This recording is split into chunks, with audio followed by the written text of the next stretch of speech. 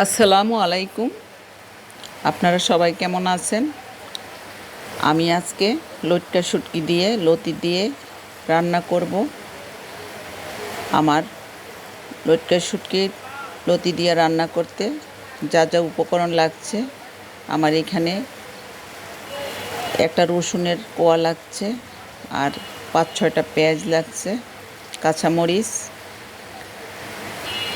আদার paste, রসুনের paste, পরিমাণ মতো লবণ, হলুদের গুঁড়া, মরিচের গুঁড়া, ধনিয়ার গুঁড়া, জিরার গুঁড়া। মশলাটা আমি স্বাদ মতো লবণ দিয়ে ভালো করে কষিয়ে নিব। আপনারা যে যেখান থেকে দেখছেন, দেশের বাহিরে, সবার জন্য আমার অনেক অনেক দোয়া ও ভালোবাসা রইল। আমার ভিডিওটা দেখে যদি আপনাদের ভালো লাগে, এখন আমি শুটকিটা দিয়ে দিব। শুটকিটা দিয়ে মশলার সাথে আরও ভালোভাবে কষাবো। কষানোর পরে আমি লতিগুলো দিয়ে দিব। আমার কষানো হয়ে গেছে, আমি লতিগুলো দিয়ে গেলো। লতিগুলো আমি আবার একটু লবণ দিয়ে ভালো করে কষলাইয়া ধুয়ে পানিটা, চুলকানো পানিটা ফেলে দিয়ে তারপরে হালকা একটু ভাপিয়ে নিয়েছি। আর আমি আবার এখানে বুদ্ধি করে